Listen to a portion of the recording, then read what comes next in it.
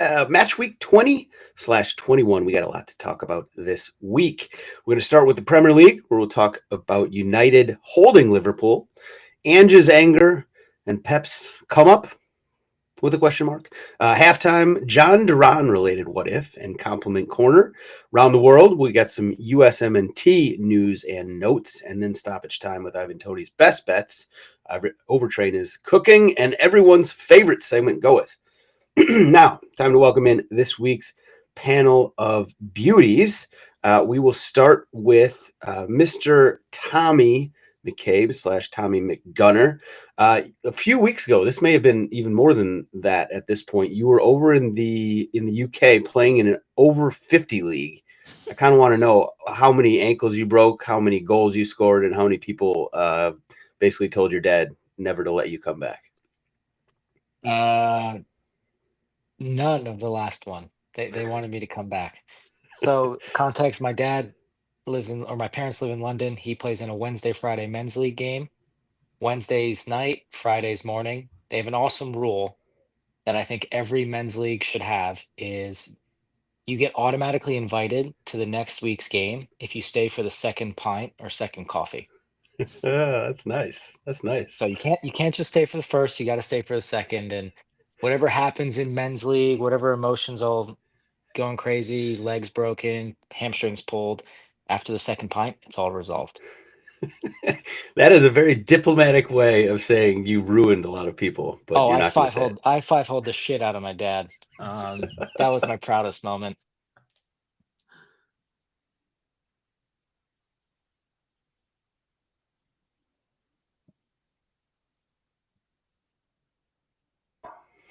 Sorry, my internet apparently is unstable at the moment. God. All right. I know.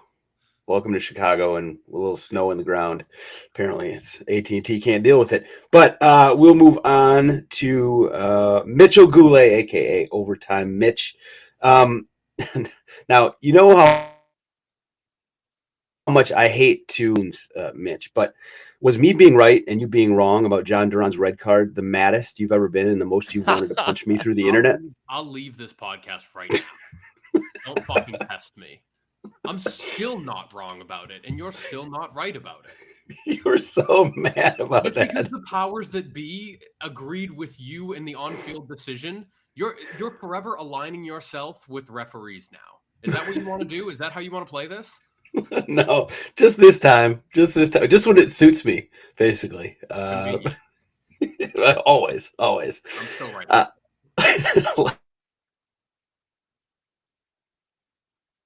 Last but never, an update on the Tween Age novel and where we're at here. So I haven't written a ton because I had my whole family in town from Thursday until yesterday. But I will say that I let somebody read it for the first time, the first 50 pages that I have, and somebody that I trust and somebody that's going to help me sort of push it along and get it in front of the right eyes. And I got the huge thumbs up. Keep going with it. Like, this is actually pretty good for your first go around with this. So super excited about that. Basically, Tommy just got sent off. Little bit of a hothead, Tommy Brewster. He had already gotten a yellow card, and then he was playing in overtime against Union Central, and they were man-marking him the entire game, and he was having a pretty frustrating game despite leading the comeback and getting the back at it 2-0. And he kept barking at the referee, and the ref basically told him one more thing, and you're done. And then about 2 minutes into golden goal overtime, obviously because we're playing in the U.S., he lost his shit, and he got up and he sort of went for the shove, but he ended up hitting the guy's neck, as we've seen time and time again, get sent off. And now his dad is having a heart-to-heart with him and about to tell him how he lost his cool around his age as well, and something that he regretted for the rest of his career. So big character sort of turning point for Tommy here, and a part of his journey, big part of his journey, this game against Union Central. And the Rutgers head coach was there, and Tommy's dad is going to tell him that and basically say, like, hey, they like you, but you need to chill your shit a little bit. Spoiler alert. Damn, you're giving away the whole book. No, I'm not. There's a lot of twists and turns, Mitch. Yeah. Don't worry. Don't you worry. Yeah. Once I learn to read. All right. Shout out Tommy Brewster, who's not Tyler Terrence, by the way. This is not autobiographical, just semi. All right. Well, this episode, by the way, is brought to you by Kick It. Tyler, give us the quick rundown on what Kick It's all about. Yep, Kick It, who we are super proud to be partners with. If you go onto their website and you type in Sam25, that will get you a discount that'll bring it down to around $59.99. Their basic soccer tennis set.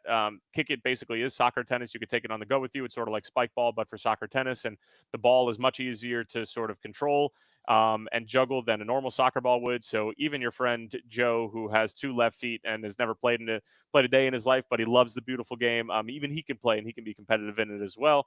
And this is the thing that you're going to want, whether you got a Visa gift card, a little bit of cash, a little bit of Hanukkah geld over the holidays. This is what you should be spending it on, so that you have this great game that you can play with your friends. You can play it sober, work on your touch, or you can play it with a beverage in your hand, and it's a great little drinking game as well. So head over to Kick It. Super, super excited about this partnership. Limited time only, this discount, and this is the cheapest that you can get it anywhere right now.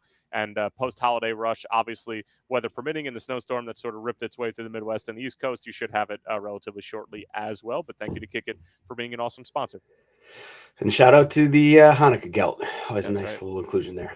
All right, Premier League time. I'm not going to do what we normally do and just sort of open up, open it up to you guys to let you guys say what the game most interesting was. We did have a lot of them. Fulham, Ipswich 2-2 draw was a heck of a game. City, mollywhopping West Ham, Brighton drawing with Arsenal, Tottenham losing to Newcastle, but the game of the weekend, undoubtedly, was Liverpool hosting Manchester United. Ended up 2-2, a hell of a game.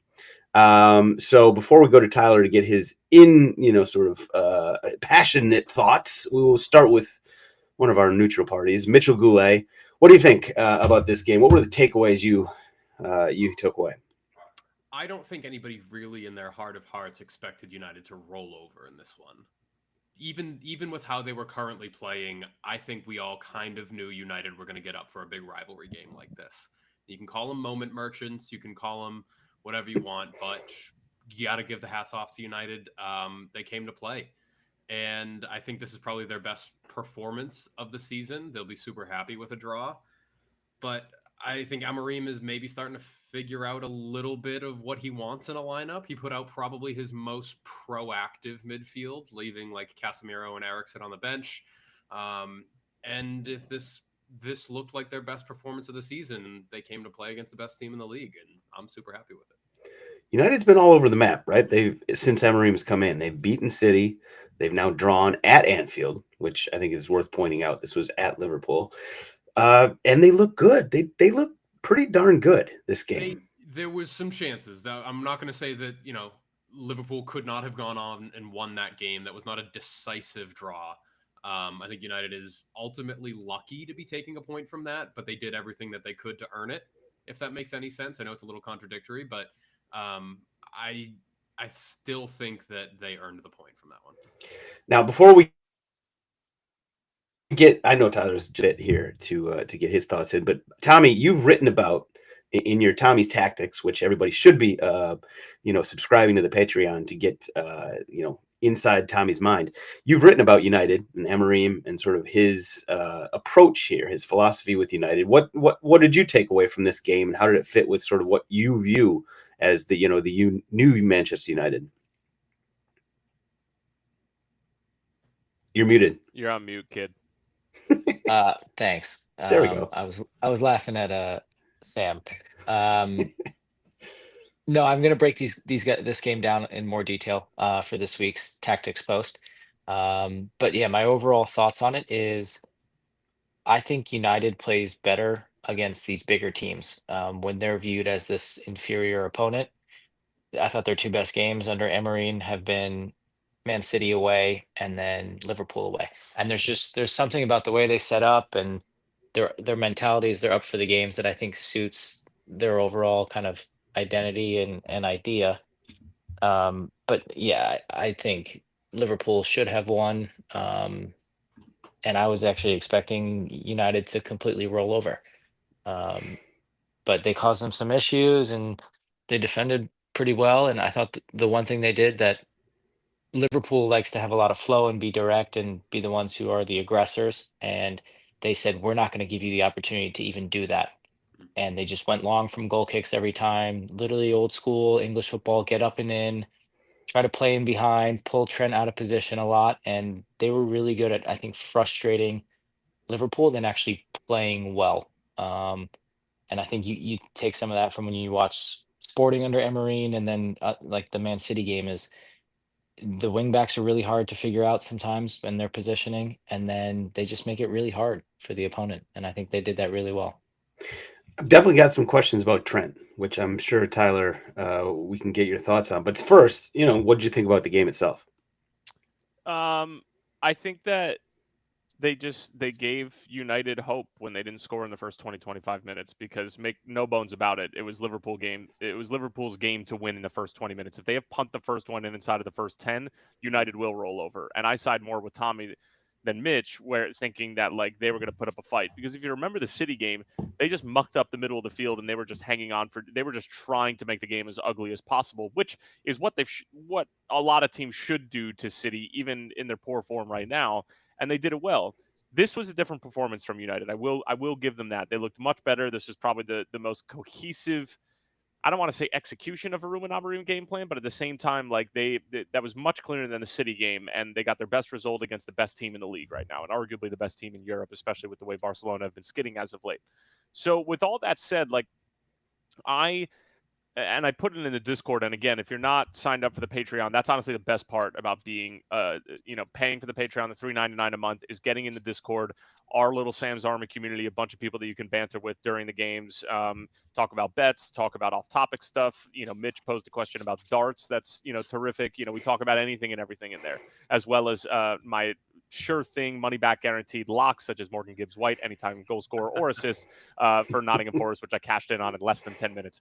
Anyway, I put it in the Discord that I basically was like, I'm not thrilled with the result given how the two teams came in form-wise, but given the way that the game unfolded, I am kind of happy with the point, because I do think that United could have potentially won it, particularly with Harry Maguire getting that chance at the end. But there's two things that stood out to me about the game. Number one, United were like, a lot of them are posers, man, because if you're going to be a moments person and you're only going to show up against the big teams, that doesn't work for me. And I really like Amorim coming in during the press conference afterwards and basically saying, like, this isn't good enough. He could have come in and said, I'm really proud of them for getting a point at Anfield. But he's like, why does it take one? Like, why is it just this moment? This is the way it should be all the time. And I think that you have to buy a certain type of player to give you that level of consistency to go do it at home against Bournemouth to then do it on the road against Liverpool, right? Like, that's just a different type of mentality. And if the guys aren't going to put it in every single week, then get them the fuck out. And I think that that's what's going on with the Marcus Rashford situation. The other part of the poser thing for me, and this isn't coming as a Liverpool fan, this is just as somebody who's watching the game, I'm sitting there looking at United celebrating that first goal from Lisandro Martinez. Granted, really good goal. Trent was absolute dog shit defensively, and we could talk about that in a second. But United celebrated that goal. If you had taken away the score bug and you didn't know what time that goal was, you would have thought that goal was in the 95th minute. They celebrated that goal like they had never been there before, like they had never scored at Anfield before, and like Manchester United had just gotten promoted into the Premier League for the first time in 30 years, not too dissimilar to Ipswich. Like, what the fuck are you doing? Lisandro Martinez looked like he was about to cry. And I was like, this team's about to get scored on in the next 5 minutes. And what happens? Cody Gakpo sends his boy Matthias de Ligt for a ride, and just a sensational finish. And Cody Gakpo continues his phenomenal form. So United have so many other problems and so many other mentality things going on in that dressing room that Ruben Amorim can get rid of Rashford, but he probably needs to get rid of half of his squad in order for him to get them to where they need to be, which is not performing well as an underdog, but performing well when they need to control the game and when they need to put teams away. So good for United that they're going to sort of have this hold the front page type of moment and get a point on the road against Anfield. From a Liverpool standpoint, I'm glad Verge called out Trent the way that he did a number of times. And I see that Peaches over here, a Nottingham Forest fan, is don't be the celebration police. I'm sure that Ruben Amorim is going back and looking at the tape and saying, that's too much from you guys. Act like you've been there before and know that Liverpool are going to throw 17 haymakers before the next 35 minutes are up, because that goal was scored before the 60-minute mark. But that was not just 60 minutes of play that they were celebrating. That was the previous 270 minutes of dog shit. That was a cathartic moment of just sort of like, we finally figured it out. Of emotion. That was, oh, God. That was an entire fan base saying, oh my God, we're not getting relegated. Yeah. All right, so I was going through the chat there, catching up. Well, so do you want to talk about Trent? I mean, the fact that he was absolute dog shit as a defender, He's had that's these not games new. before. That's not Yeah. new. And he did this towards the end of the Jurgen Klopp era last year too. There are some games where he just isn't interested in defending whatsoever. Most games, he's like 75% plugged in, and Ryan Gravenberch does an amazing job. And Tommy talked about it in terms of like the way the Liverpool bend their shape for Mo Salah to not have to defend. That's all on the right-hand side, and a lot of that is to also protect Trent when he goes into the middle, guts forward, and just doesn't want to defend. And Arne Slot clearly defended him after the game, basically saying like they have two Portuguese international players playing against Bruno Fernandes and Diogo Dalot on the right-hand side or on the left-hand side of the Manchester United attack, and that's why he was struggling. That's not why he was struggling, because that was Dalot's best game in probably like 24 months. So I don't know. For me, it was a bad game for Trent. Liverpool still got a point out of it, and when you perform the way that Liverpool have over the past 25 some odd games, you can have what is quote unquote by Liverpool standards a stinker while you're in the middle of protecting a lead that is 6 points in the title race, knowing that Arsenal didn't do their job against Brighton. So I'm just chalking it up to one bad game. I'm glad Virgil came after him. And I'm not, sort of chalking this up to, Trent's lost in the fucking contract shuffle. If that was the case, the Mo Salah would be lost in it too. And and that's the easiest thing to go at if you're a neutral or if you're a Liverpool hater, is to say, oh, they're sort of distracted right now with the contract situation. Verge, Salah, and Trent, who you can make the argument are the three most important players to Liverpool, all have been sensational over the past 3.5, 4 months, basically the entirety of the first half of the season. So it doesn't mean anything to me. It's just simply a bad game for Trent, and Verge fucking called him out. Good, because it was dog shit. It wasn't good enough. Fair enough. Anything else about United / Liverpool here? Yeah, I'm going to defend Trent here a bit for people that are getting bent out of shape. Throw the contract shit all to the side. Like I don't really want to talk about that. I mentioned it was Salah. Like they do a lot of their intense defending on the left side of the field, where Gakpo and Diaz run like madmen and make it easy. And then they try to defend forward and not have Salah run all the way back so he can kind of go attack, whatever. And then the one thing I've noticed is, especially against the back five, they'll either have Gravenberch go all the way out to the wing back from center midfield, or they'll have Trent go. And when Trent goes, rarely does anyone really fill in the space behind him. So there's like 30 yards between Konate and Trent most of the game in like the middle third. And then there's like 60 yards of space behind him. It's like, put anyone in that position where they have to defend all the way narrow in a back four, and then they have to go all the way out to the wing back repeatedly for 90 minutes. And these are all world-class players, and you're going to get burnt 2 or 3 times in a game. I don't care how good of a defender you are. That just happens. And it happened with Klopp. Like I've seen it on Twitter, people bringing interviews back up with Klopp defending Trent because of what they asked him to do. He's asked to do a lot in that, and he leaves space behind him, and there's no one really to cover for him, so he gets exposed. Now, that's a good argument in favor, sort of defending Trent. But at the same time, if you just sort of watch him, if they had like an ISO cam on him, he just shuts There are some off. lazy moments. There's some really lazy moments from him. Track back moments, like when he gets beat, you can see that. He lingers. Even the second goal.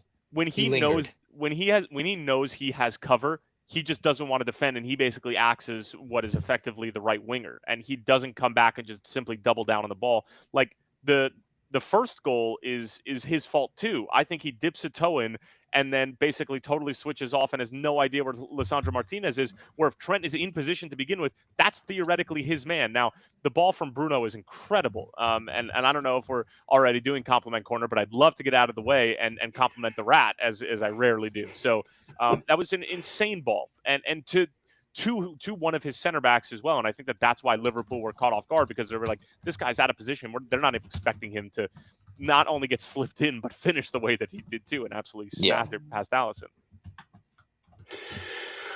Okay. We'll already getting compliment corner started earlier here. Let's see. What else? We're done. We're done with this game. Let's move on. We got Spurs. The one game I didn't want to talk about, of course. No, that's a fair shout. I do think it was kind of the second most notable result of the weekend. I can just give you my thoughts. I thought, number one, Newcastle is a very good team, and I thought they played well. This isn't a bad loss for Tottenham. At the same time, we're past the point of moral victories, right? There's no such thing as moral victories when you're in the bottom half of the table. We're in 12th right now, halfway through. So, Ange caught a lot of shit, and I would say rightly so, for the way he handled the post game, sort of saying, on a fair and balanced day or whatever, we would have won that game. I'm not sure I'm on board with. Maybe a draw. Yeah, I could see us drawing that game pretty easily. But the handball I thought was wrong, but I can also see it. I can understand why it wasn't called. So never a hand. Never a handball. So you're talking about, or in the lead? No, the one in the build equalizer. Up to the Anthony Gordon goal. Yeah, his hand was away from his body. Yeah, probably. But the way you basically just got a direct benefit from it and went directly and scored a goal. I mean, listen, handball at this point, nobody really knows what it is. To me, it's kind of like, pornography. You know it when you see it. That was a handball for me, as actually was the handball in the Wolves Forest game, which also wasn't called. So at least there was some symmetry there.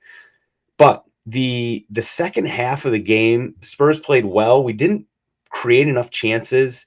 The thing that sort of rubs me the wrong way about that game is the fact that Son and Maddison should be arguably our most influential players. They weren't, they didn't start. They didn't come on until late in the second, or, partway through the second half. I mean, those are the guys that we need to step up and really sort of take this team and move us up the table. And for them not to be playing that, I don't know. I don't know what's going on.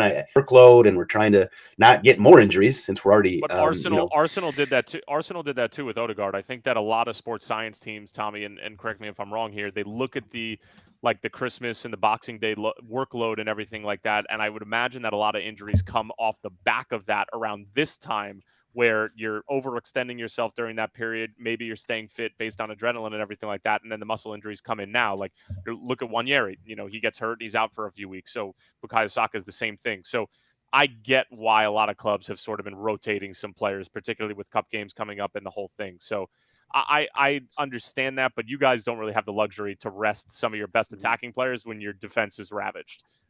So that might have been, Ange might have fucked up twice, both in the press conference and in his team selection. But at the end of the day, you can't. If you were to lose Son and Maddison to soft tissue injuries now, then you're really fucked. And now you might be in a relegation battle with Manchester United. And by the way, you're 16 points off of Forest now, just to make sure that you're still counting. Yeah, not a good week or two for that old prediction. I think the sort of the thing that stood out about the game was actually Ange, his sort of demeanor and his, the way he responded to certain calls during the game, and also obviously the post-game press conference. He's feeling the pressure.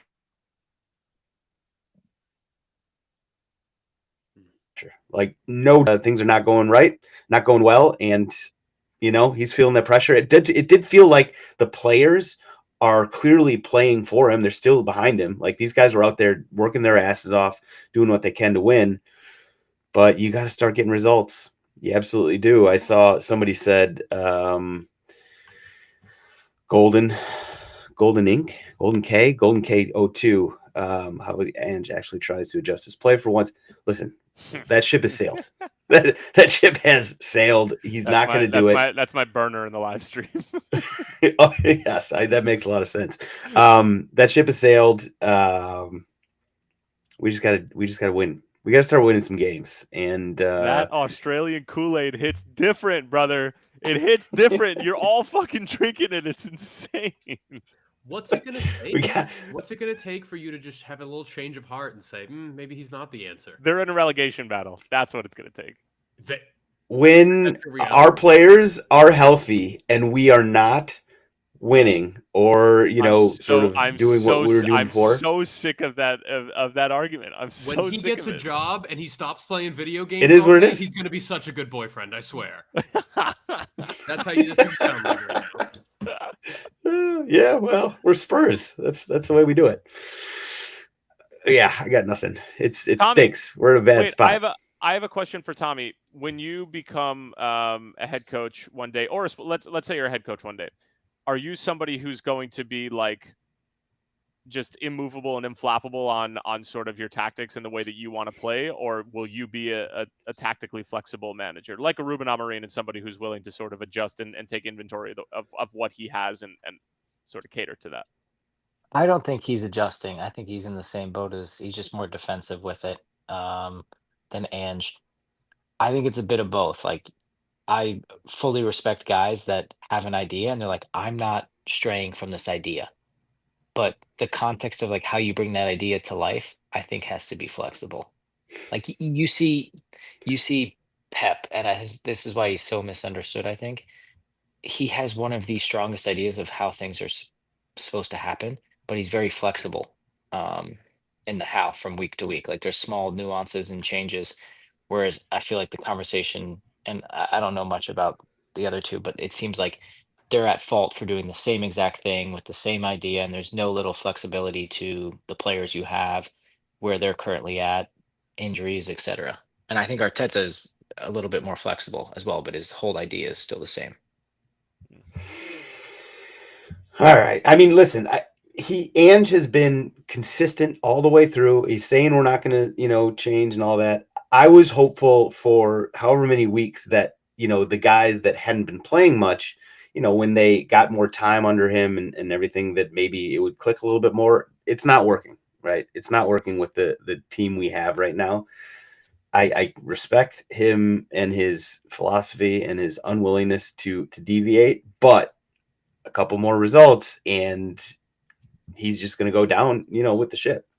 So I guess I respect that. We'll see how it happens. Hopefully we get healthy. Hopefully we also, by the way, I know we just signed a goalkeeper from Slavia Prague, who it sounds like he's good with his feet. That would be huge. That would be a huge step up from Fraser Foster. So hopefully that's a step in the right direction. Hopefully we can get another center back or 3.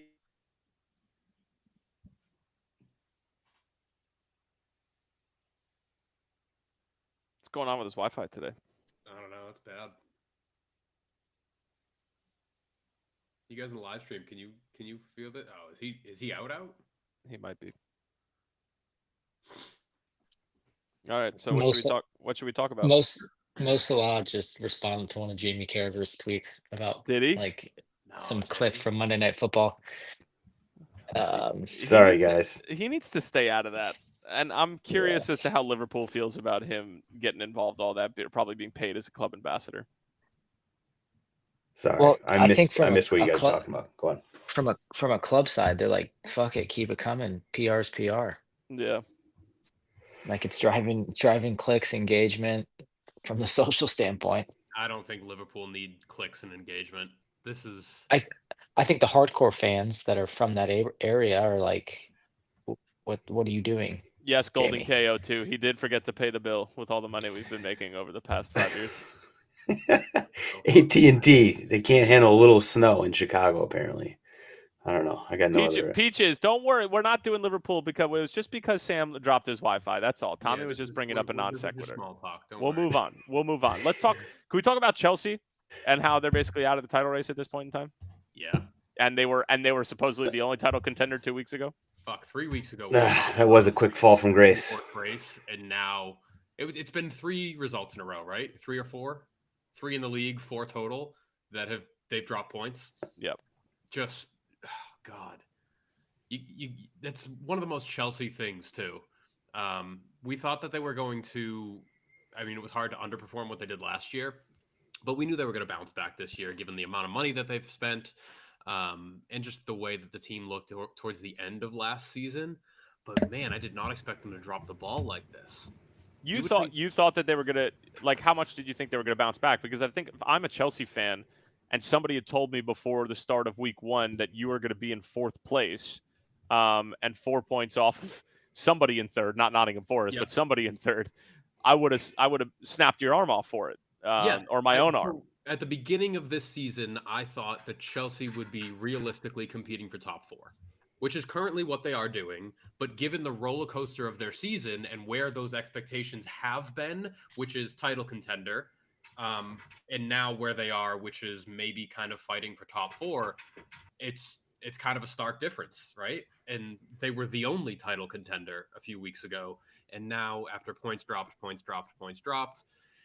it's like, oh, okay, they're back. Young team. Very young team. Talented, fun to watch. Yeah. But you look around and you're like, is Enzo Fernandez and Caicedo and these guys, like, are they really going to grab games by the scruff of the neck and sort of like put their stamp on a game to get hold of it and be able to prevent, a draw against Everton, to be able to prevent a loss against Ipswich? Like, they're not seasoned Premier League players. Like, we know this, and it's taken Arsenal a little while to figure it out. And Liverpool are able to do it because you've got Trent and Salah and Virgil van Dijk. But that midfield, with Szoboszlai and Gravenberch, like they needed guys to pick them up and to lift them in certain moments. And I think that Chelsea are missing just some like hardcore badass Premier League vets who are going to be able to sort of see them through difficult moments like we've seen over the past month or so. At what position do you envision a vet for them being effective? I think in the middle of the field. Yeah, center back or 6. Yeah. I just love like that they have stumbled during the Christmas period after spending all this money and having the biggest squad, that this is their roadblock. But it's normal for a team that's like overperforming. It's happened to Arsenal, so like can't shit on them too much, but I just love that little bit. You mentioned sort of what a Chelsea fan would say if you had given him this scenario in August or whatever. Fair point. But then look at the results from September through basically December 19th. They had 2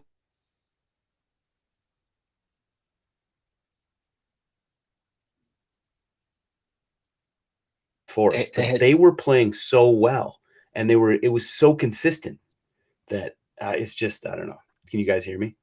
Yep. Now we can. Okay, good. Sorry. This AT&T is having a field day with me here. Anyway, it was because they were so consistently good for so long that's what sort of got me on board with, wow, this team might actually be legit. What the other thing too was, and this is all of us drinking the Kool-Aid, is Arne Slot comes out and says that Chelsea were their toughest challenge of the season so far. Not to put Forest down and what Forest did to Liverpool being their only loss so far in the Premier League, but like he came out and said that, and then everybody sort of got on the train. And that's not to say that Chelsea's results didn't warrant it as well, but when the champions potentially to be are coming out and saying that was their toughest test and they're rattling off results, then you're like, okay, then maybe they are the second best team in the Premier League. But clearly showing cracks in the armor that I think, at this point in time, we expected them to have, and they were outkicking their coverage, I think, a little bit in the first 3 months of the season.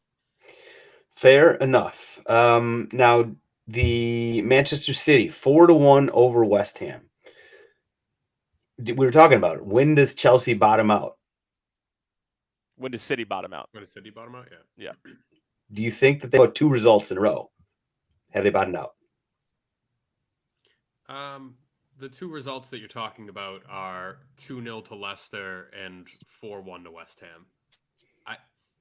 I'm not inclined to put a ton of outside of Southampton. Those are the 2 worst teams in the Premier League. Yes, that's what I'm getting at. Yeah, those are games that, regardless of form, you're Manchester City. You should be able to pay to win those games. Like, I'm not too excited by the comeback, as you called this earlier in the episode. I think this is pretty much business as usual. Who do they got? They got Brentford next in the league. Let's go to that stretch. They're Brentford away, Ipswich away, PSG away, Chelsea home, Bruges home, Arsenal away, Newcastle home, Liverpool home, Spurs, Forest away, Brighton home. Between January 15th and March 15th, buckle in. They're not out of the forest yet. In fact, they're at the edge of the forest. Yes. Nottingham Forest.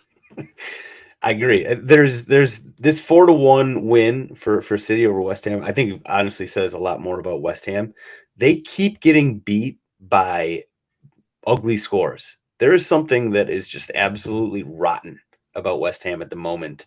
I am shocked that they haven't, are sticking with their coach at this point. Reports came out today. It's gonna be Graham Potter. I fucking love. Okay, that's interesting. I want to see Potter back in the Prem. I like that guy.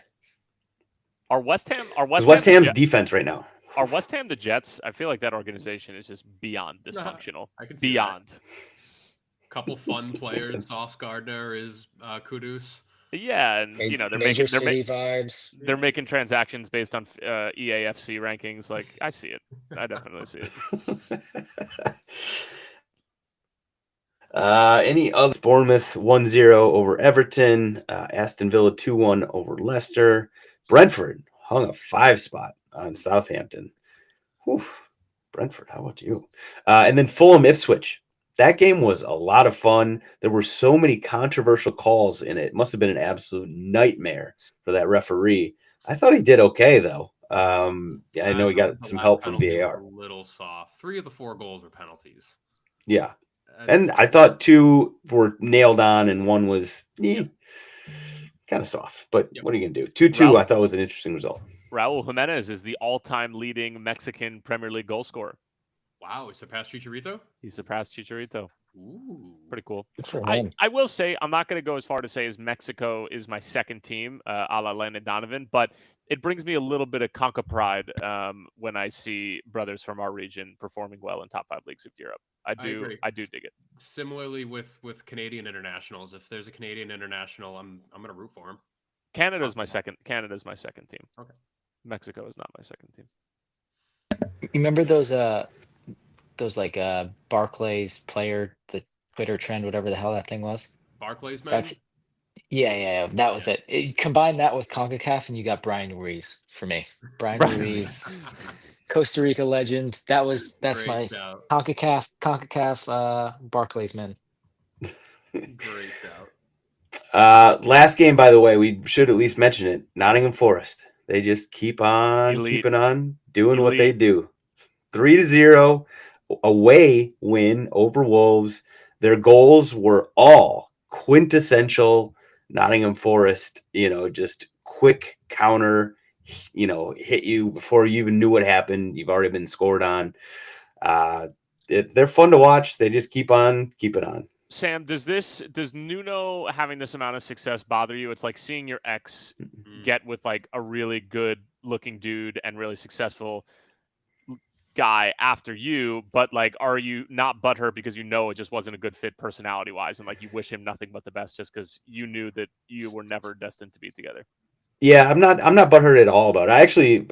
I'm sort of annoyed with how it went down and how that coaching search went. Yeah. But the Nuno thing, like I'm glad for him. I'm happy for him. I'm rooting for him. Like there's certain things like the way that Conte left, that rubbed me the wrong way. The way Mourinho left, that rubbed me the wrong way. The way that Nuno left, he was just sort of. I think that's more on your owner. Packing. That's more on your owner than anything. That's not on any of them. With Nuno, for sure. With Mourinho and Conte, that was their own egos and their own whatevers. And, them taking shots at Spurs after the fact. I didn't love that. Nuno didn't do that. He just went and got a new job and just has been killing it. So I'm happy for him. Nottingham Forest is fun to watch. I'm sort of, if Spurs can't win it, anybody but Arsenal is good for me. But I'd sort of, I'd love to see. I like seeing a Forest be in the mix. And at this point, I think we have to say they look like they are going to be in the mix for a little while here. So shout out them. Yeah. Golf claps. All right. We'll hit quickly FPL. What do we got this week? Holla at your boy. Shout out. I'm back, baby. Big week, Tyler. Yeah. So you scored how many this week? You scored 76. Big winner on the week. FCTT. Only 2 points behind. I'm coming for that ass, Mitchell. I'm making some moves this week too. And I didn't even. Well, to be fair, it didn't matter that I didn't get Mo Salah as my captain. Apparently, that didn't save on my app for whatever reason. Even though I'm 1,000% sure that I pressed the save button because that's happened to me before. And Mboma was the one who balled out. He ended up with 19 points. Oof. I captained Holland, which actually ended up being the right call. Finally, after getting burned by him however many weeks in a row. At the top of the Sam's Army Council of Elders table, Mikey Fowler, who has now changed his name to Fowler's Army. Oh, that little skunk. Followed by me, the McGunners, and iSocket FPL and FCTT. Now, at the top of the Sam's Army Podcast League, top Major League Soccer, the real Major League Soccer, Fraser Connor is in second place. Kun Erlingus, Rob Carey is in third place. Cold Palmer FC, Atiaz TVs is in fourth. And Team Zizou, Sam Robertson is in fifth. Well done. Now, quickly, we're going to keep this really quick for the weekend preview because we have one of those slates coming at us this week. So any games that stand out quickly coming up this weekend from FA Cup? Tyler, any games you want to call out? Can you go to somebody else? Yeah, sure. Tommy, what do you got for us? I'm probably going to go off the beaten path for this one. I like the Seacoast game between Norwich and Brighton. That's one of them. And then, yeah, that's probably. I'm trying to look. Oh, that's an interesting one. I'll go Tamworth versus Spurs Yeah, at Tamworth. Tamworth hosting. Yes. Yeah, that's I want to see that one. Just for an environment. Their home ground is called the Lamb Ground. Oh, The Lamb Ground. That's field the jobs. actual name of the stadium. Wow. Yes. So if we go ahead and lose that'll be special. Other games, Arsenal, Manchester United will be the highest profile game of the weekend. That's on Sunday. Arsenal hosting Manchester United. So I'm sure that'll be the featured game. What else? What other games we got here? Mitch, any thoughts? Why is Tyler? Salford City traveling to the Etihad? That's the real question. Now, do they get paid more because of that? I think this should be like the German DFB Pokal, where the early rounds all the smaller teams host. And there should be like no Prem. What the first round that the Prem enters, they can't play each other. Or the second, like the first two rounds, they should not be able to play each other. I like that. I like those rules, and I do. You notice it every time you look at the DFB Pokal. The smaller team is always hosting. But the thing about Salford going to City, doesn't that mean though that they get paid a whole bunch more because City's hosting and there'll be a whole bit, a lot more fans and everything? Isn't that? I believe that's part of the calculations that go into, that you see some of those small teams cheering when they're going to a team. I don't know. Anyway, worth throwing out. What else? Aston Villa hosting West Ham, another high profile game. But yeah, so there's our FA Cup look in. Now halftime, weekly what if. Shout out to Jeff L in the Discord who asks, where in the table would Villa and West Ham be respectively if the proposed deal that would have sent Jhon Duran from Villa to West Ham had gone through this summer? And so at this point, we got West Ham in, let's see, West Ham is in 14th place, which is actually shocking. I thought they were going to be below that. So they're in 14th place on 23 points. And Aston Villa is in 8th place on 32 points. And Jhon Duran has scored a fair number of goals for Aston Villa and big goals so far this season. Right? Yeah, exactly. Big goals in clutch moments. Good question. I'm going 11th or 10th. I think there's like a 4-point gap. I think he's worth 4 points. I think I would tend to agree. I think that puts West Ham from 14th, looking at this table, up around 10th or 9th. Assuming he starts for West Ham. West Ham would be in the same exact place as they are right now if Jhon Duran was on their team. No. Yep. A big part of, I think, why he's been successful and just sort of like what I remember from when I was covering the Chicago Fire when he was there and sort of like talking to coaches and everything like that, like he needs hunger. He needs to be sort of like constantly challenged, and he needs that sort of constant motivation. Whereas if he becomes a regular starter, not only do I think that he lacks some of the defensive discipline to be like a regular starter in the Premier League, and like I think that's a huge reason why Unai Emery didn't really give him that, and he ends up getting that red card. And Mitchell, whether you think it's a red card or not, he still ended up getting suspended, and he's probably in the doghouse because of it, warranted or not. So I think that like he wouldn't really be able to help a West Ham team. I also think that like people would be keyed in on him, and West Ham, even though they are kind of talented, like I just think that he's on a better team at Villa, and there's less pressure, therefore he's able to perform at a little bit of a higher level. So I don't think it would change all that much. Sounds like he's going to use this red card though as motivation based on maybe psychoanalyzation of him. It might be. God willing. God willing. All right, we'll move on. Good shout or good question from Jeff. Now, compliment corner. I guess Tyler already sort of started it with the rat, but we've already done the rat, haven't we? I feel like we've already done Bruno. Yeah, we have in previous weeks. We have. I'm pretty sure. Should we compliment Ange? Okay, what do you got for us? I think we've done this one already too. Yeah, I think we did do Ange. Yeah. I don't want to do it again. Shit. We haven't really shit at Trent. Do we do Trent? Trent was probably the only one. You guys go first. I mean, he can whip in a mean ball. I mean, he's one of the best delivers of crosses in the world. That's the easy one. That's low hanging fruit. Mitch, what do you got? Off the back of that, I think it takes a really special player to cause people week in and week out to question what it means to play in a position.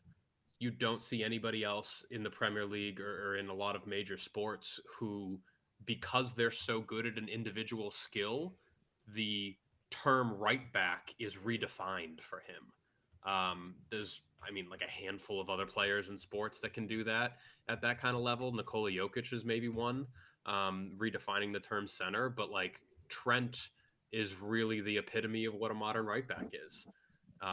He's the best passer in the world, barring, a handful of midfielders on their day, but yeah, he's a good player. He's a defining right back.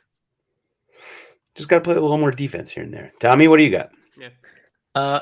I think he's on the level of Steph Curry in like changing the game based on his position.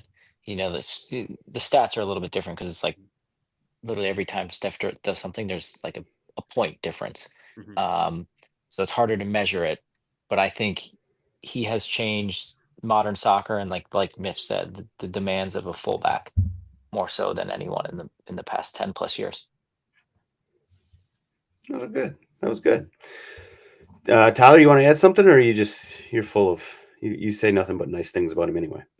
That's not true. I feel like I don't even talk about Trent all that much. I think that actually up until this past game, he's dealt with all of the noise, and he's dealt with the uncertainty and the ambiguity of a final contract year actually really well, and with the biggest club in the world coming after you. So I know that some people have been hating on him because of one poor performance. By the way, Peaches just can't stand it when we talk about Liverpool. He wants us to spend more time on Nottingham Forest. Meanwhile, we're one of the biggest supporters of Nottingham Forest in the podcasting world. We are. First established Nottingham Forest fans. First ones to come out and basically say it publicly that they were on this magical run. Yeah. First ones, Peaches. You know that. Come on. Brave enough. Meanwhile, Sam's. I hope you're talking to your Wi-Fi people. I hope you're talking to AT&T. Dude, I got so much going on right now. I got a package being delivered. I got the AT&T shitting on my face. Yeah, it's just a lot of things going on. But that was good. We will move on to the round the world. So USMNT news and notes. We do have a bonus episode coming up for the Patreon subscribers, which if you're not one, you should be one soon. You should be one right now. Go sign up for the Patreon, $3.99 a month. Got the Discord, got Tommy's Tactics, and you got bonus episodes. This week's bonus episode, I believe we're going to have Tom Bogert from The Athletic on, and we're going to be talking about the USMNT roster drop. So we aren't going to go into it in detail at this point, but do we want to give some quick little shouts to some of the guys that they got called in? Mitch, I know you looked at it. Any thoughts there? Yeah. love some Sam Fam getting some shout. Matt Freeze, like that he's getting an opportunity. Diego Luna, I think, is one player that I think can break into the World Cup edition of this roster. Kramaski, young and going to be able to show what he can do. Caden Clark, I always like his effort. Jesus Ferreira, I think, is going to be the veteran in the camp. But a lot of guys that are bubble guys. Jack McGlynn being another one of them that you're going to see these guys work for their places to become important role players in 2026. As I'm sure a lot of our listeners know, the 2026 camp roster is largely defined right now, but there's probably 5 to 7 spots that are up for grabs. And these January camps, that's when those spots are won and you differentiate yourself as a player. So it'll be exciting. These are meaningful minutes. They may seem like, throwaway friendlies or, you just silly CONCACAF games, but these are really meaningful minutes.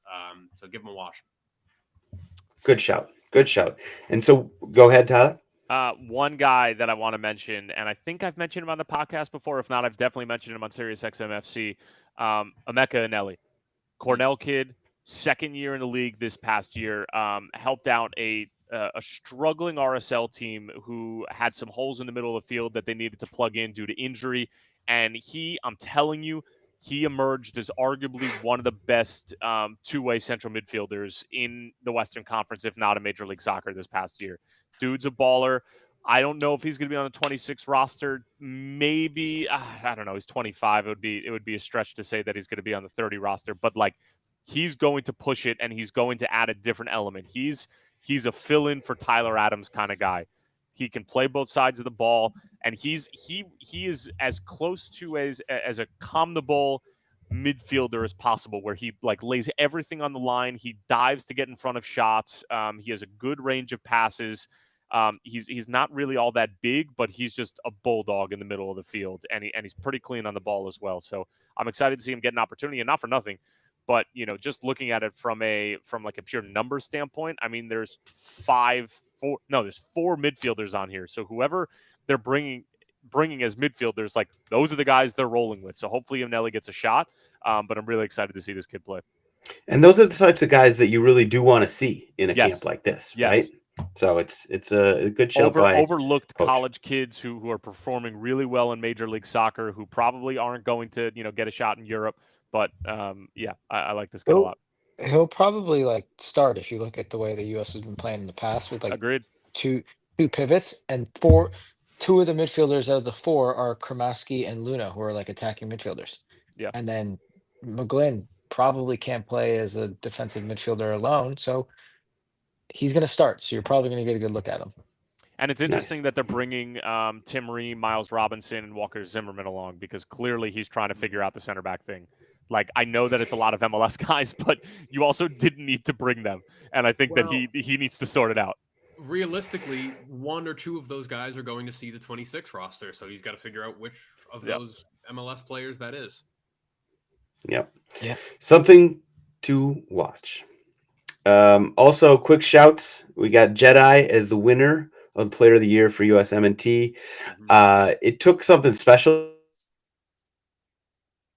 to beat Pulisic, this killing it, but Jedi has been arguably one of, if not the best left back in the Premier League. So that's not nothing. So shout out to him, well earned. And then also a couple other things. AC Milan. Oh gosh, I gotta go back to the comment way up at the beginning. See if I can find it. This chat is not very easy to use here, by the way. There, I got it. Anthony. Sam, I'm so happy as an AC Milan supporter that Sergio Conceição has come in and won us a trophy after what we have been through this season. Plus, Emerson wins a trophy before Spurs. Had to throw that little extra in there, Anthony. Okay, fair enough. So, AC Milan just went and won in dramatic fashion the Italian Super Cup. I think it was being played somewhere in the Middle East. I don't know if it's Saudi Arabia or what. But 3-2, they came back. What a second half of that game, by the way. Pulisic scored. They won 3-2. So shout out to AC Milan, and we talked about Pulisic has been balling for AC Milan. Yunus Musa has had some good games recently, so that's always great to see. Shout out to the Milan kids. And then finally, Brandon Vasquez, a guy who's been sort of in and out of the MNT, lineup or roster recently. He moved to Monterrey, and it sounds like the deal is official. He's coming back to MLS with Austin FC as a DP. So congrats to him on a nice chunk of change, by the way. So we'll see how that works out. But shout out to him on the move. And now we will head to stoppage time. Put a bow on this episode. We will start with, of course, I remembered the hat. I remembered the hat, boys and girls. So this one is official. Last week, the Overtrain did pretty well, actually. We went 4-1 on the week. Not bad at all. We're shooting for higher, though. We're going to go 5 for 5 this week. So the Overtrain best bets, 5-a-side, giving you an over bet for Wednesday through Sunday, one a day. We're starting on Wednesday, where Tottenham host Liverpool in the League Cup, and oh my God, they might score a million. Thursday, Rangers host. Thursday, I am going to actually go to the Scottish Premier League. Dundee hosting Rangers. Friday, Eindhoven is hosting Volendam in the Eerste-Divisie. It's the second division of Netherlands. Saturday, we got Sydney FC and Central Coast Mariners in my beloved A-League. And finally, Bundesliga is back on Sunday, and we're going to go with RB Leipzig hosting Werder Bremen. So let's go get rich, talking overs, hitting overs. Now, Tyler, I feel like you're coming off of a nice little, right? I'm coming off a 19-1 parlay win. Just so everybody's aware. Okay. He hit it. He finally hit it. No. Don't act like I popped my cherry here with this one. I have won at least one before of these crazy parlays that I've been doing for the past however many years. And as I was saying to somebody, I was saying to my dad, I was like going nuts when I won it. And he happened to be in Cincinnati this weekend. And I said, and he was like 19-1. He's like, how'd you come up with that? I was like, to be fair, it's usually much, much, much worse. It's usually around like 30 or 40-1. I decided to take this one mildly seriously, and I hit it. But between the Morgan Gibbs White anytime goal scorer assist and then this one, I'm red hot in the soccer universe right now. NFL is a different story. But I'm just going to roll with a heavy couple of units on, and this is going to be in the next Premier League week. But over in the City and Brentford game. I'm hammering that. Absolutely hammering. On the road, City are on the road at Brentford, and I'm just going over on that. The reason why I'm doing that is because DraftKings is being freaky about letting me pull up the FA Cup right now, but that's why I'm doing that. Fair enough. It's on Tuesday, so we might have the episode up by then, hopefully. But I love that. Shout. There's probably going to be a million against Southampton, and Manchester City put up 4 on West Ham, and their defense is leaky. Okay, Mitch, what do you got? Yep. Since Tyler's staying away from EFL Cup, I will go towards it. We're going to do both teams to score: Arsenal, Newcastle, and Liverpool money line. Not just you guys have no chance. I'm sure you like an over in that one as well. Oh yes, Oh yes. But no, Liverpool. And I'm not sure I like both teams to score, but I like over. Oh, okay. You guys will score. Cher and Dan Burn both out. I don't know. It's maybe. with suspension. Both Newcastle center backs are out. Woof. Yeah. Okay. I like that. Tommy, what do you got for us? Muted. This guy, man. Dortmund, I put it on when he starts speaking. That's the meanest thing you've ever said. No. When you do your little monologue on Overtrain. Fair enough. Yeah. Dortmund, Leverkusen, Lazio, Como. I will go over. Both. Oh, there's a lot of overs we're going with. That's right. You got all those ranting and raving by me is apparently paying off. Okay. Now we will head to every segment, which of course GOAWs. I have several written down as I normally do, so I won't go first. Tyler is itching to go, so hit us with it. All right, so I'm going to go with the Portuguese second division. I forget exactly who it is, but I guess that they ran out of paint to draw the lines on the field, so they ended up using milk. So Milk? yeah, they used milk. Like, I got nipples. Can you milk me, fucker? Like that kind of milk. Yeah, that's a real thing. I don't know if it was goat milk, if it was cow milk, if it was sheep milk, if it was human milk. They used milk to draw the lines in the second division Portuguese game. Oliveirenses. Oh, Home yeah. clash with rivals Felgueiras on Sunday. Yes, it Yep. doesn't say what kind of milk. So fair enough. Mitchell, what do you got as go? I don't have a good one today, so I'm gonna go with two. One is just a blanket shout out to Christian Pulisic. We are watching the career of the best men's American player of all time. Week in, week out, he's scoring goals in big matches and small ones. He leads our American team every time he steps on the field, and you can see him put 100% out there. I think he was touted as the savior, and then he lived up to that bill, and I just don't want any of us to take it for granted. The guy's so fucking good. Like it's unbelievable, and we just need to appreciate him while we have him and while he's in his prime. Who knows if he's even in his prime yet? He's aging like fine wine though. And then my other Goa will be kind of a shout out to The Athletic and the writers at The Athletic, who have recently sent an editorial or a message to the New York Times asking to be represented as a union, because they are New York Times employees and they write meaningfully about the sports. I think the Athletics coverage and the people that they employ are some of the brightest and best minds in American sports coverage and beyond. And they deserve to get compensated fairly for it. So shout out to them. All right. Mitch is on the side of the workers. Always. Tommy, who you got? Matai Akinboni. I really hope, even though I played with him, I'm saying his last name right. I'm terrible at it. Pulling a Sam there, but Really? yeah, he just signed for Bournemouth. He played for DC, 18-year-old. And he played a little bit for Loudoun last year on loan, early in May, or just for the month of May. Great guy. Really like him as a player. I think he's got a bright future, and I love seeing players that have played in USL MLS go to Premier League, and over to Europe. And it seems like he's found a really good spot, and I'm hoping to see him play for Bournemouth, and if not, for one of his or one of their kind of multi-club model outlets, and so he can start his career over there. So I'm looking forward to watching that one.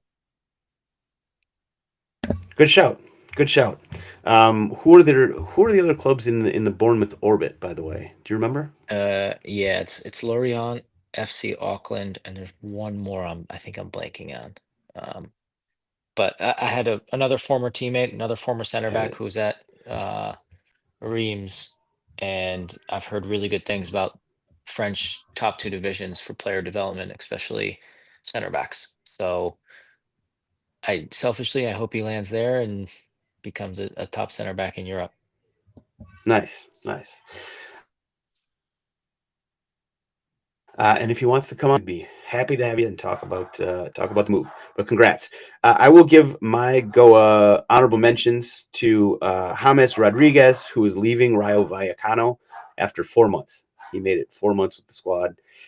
Yikes! His career talk about a roller coaster adventure. And then Joe Allen. There was something going on with Swansea and.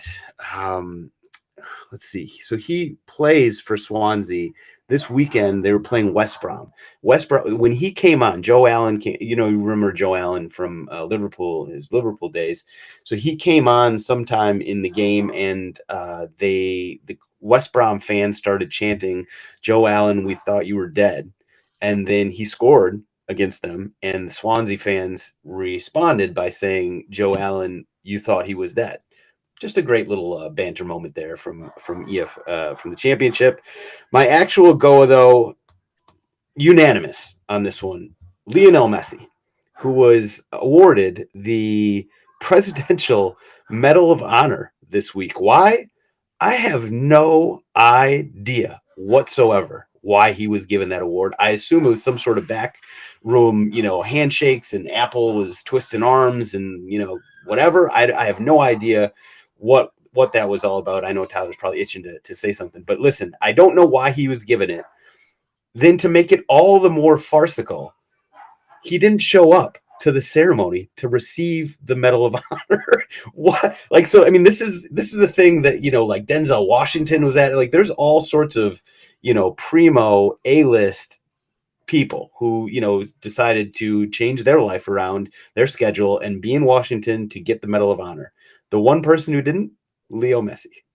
So there's just the most farcical, just ridiculous situation. Why he was given it, I don't know. Why he didn't show up, I don't know. Just ludicrous in all shapes and forms and reasons. I don't know. Tyler, do you have anything that you want to add on that? I'm fully on board. I did Sirius XM FC this morning, and we have like our 3 ups and 3 downs, basically 3 winners and 3 losers. And my loser was just this whole thing, because what you're basically saying is he's getting it for being like the greatest soccer player on the planet and for his charitable contributions. But like, if he's going to get it for being the greatest soccer player on the planet, then why haven't you given it for the previous 15 years of his career? Number one. Number two, if you are giving it to him now because of the other stuff, you're basically just saying because he's because he's living in American soil for 10 months out of the year. Like, he's not a citizen. Like, Denzel Washington got it. Denzel Washington has like given $1 million to the Nelson Mandela Foundation.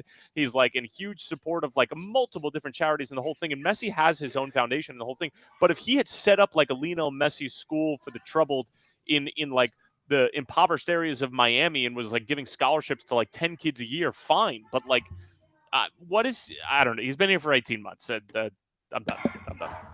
That's fair. It's fair. Peaches in the chat said that this is, his off season. We know that, but he's on holiday. He's with his family.